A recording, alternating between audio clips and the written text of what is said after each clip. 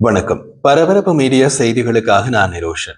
பாகிஸ்தானின் எல்லை இப்போது ஒரு விசித்திரமான அமைதியை கொண்டிருக்கின்றது.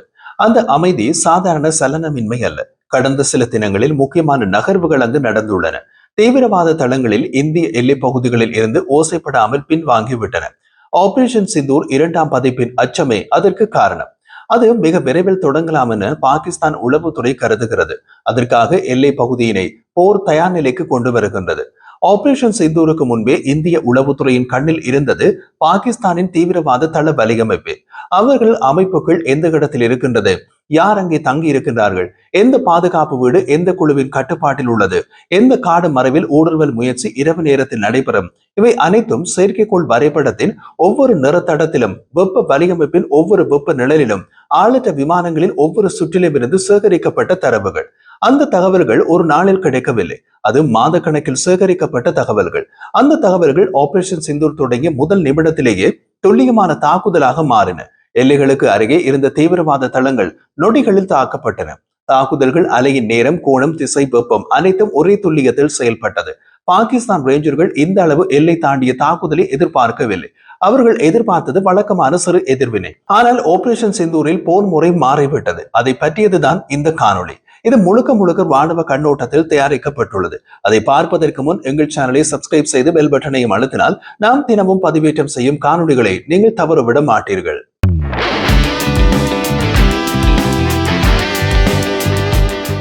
இந்தியா இந்த முறை தொடர்ச்சியான தாக்குதல் முறையை பயன்படுத்தியது. அதாவது ஒரு இடத்தில் மட்டுமல்ல, ஒன்றுக்கு பின்னர் ஒன்று என்று அலை போல தாக்குதல்கள் தீவிரவாத தளங்களை தாக்கின.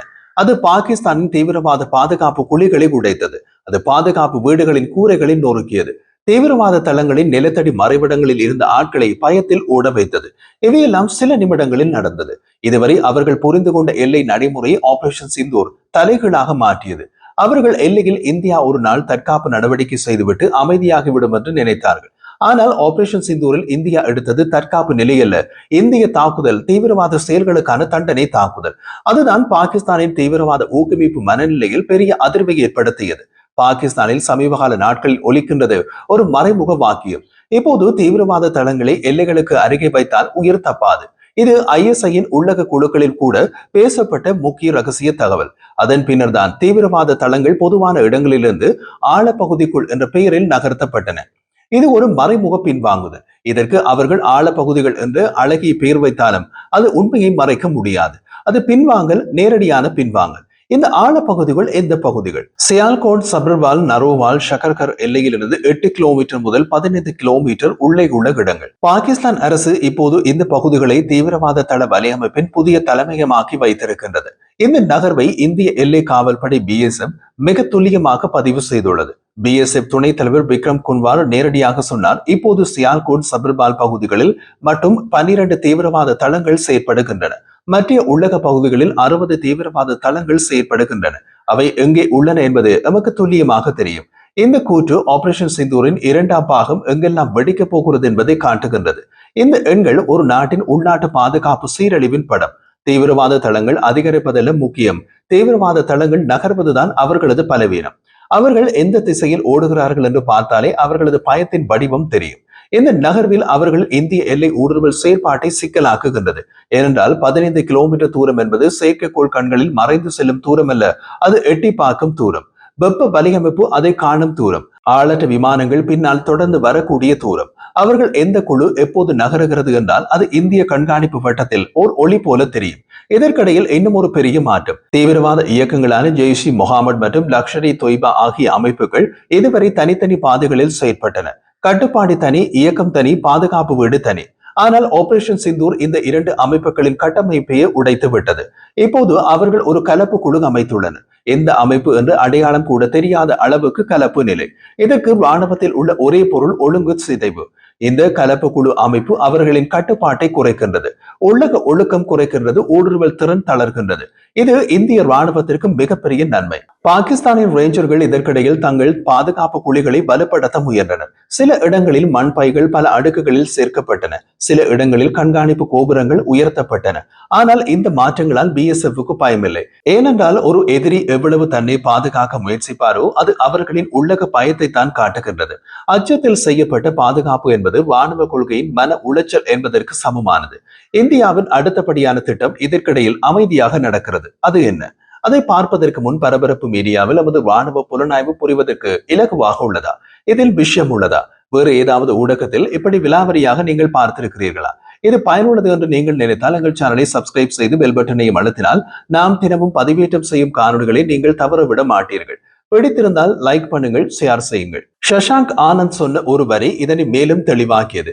ஆபரேஷன் சிந்தூரை மீண்டும் தொடங்க வேண்டிய நேரம் வந்தால் நாங்கள் ஒரு நொடியும் காத்திருக்க மாட்டோம். அது ஒரு எச்சரிக்கை அல்ல, அது ஒரு அறிவிப்பு, அது ஒரு நேரடி தகவல். அதற்கு பின் பாகிஸ்தான் தீவிரவாத தளங்களை மேலும் உள்ளே தள்ளியது என்பதுதான் உண்மை. இந்திய ராணுவம் சற்றே நிறுத்தப்பட்ட நிலையில் உள்ளது. அவர்கள் நிறுத்திவிட்டோம் என்று அறிவிக்கவில்லை. ஆனால் இடைநிறுத்தம் என்பது எப்போது வேண்டுமானாலும் ஒரு நொடியில் தாக்குதலாக மாறும் நிலை. இதெல்லாம் ஏற்பட்ட நிலையில் எல்லை பகுதி இப்போது அமைதியாக தோன்றுகிறது. ஆனால் அந்த அமைதி ஒரு வேடமிட்டு நிற்கும் மௌனம். ஒரு பெரிய புயல் வரும் முன் சில வினாடிகள் எல்லை அமைதியாக நிற்பதை போல.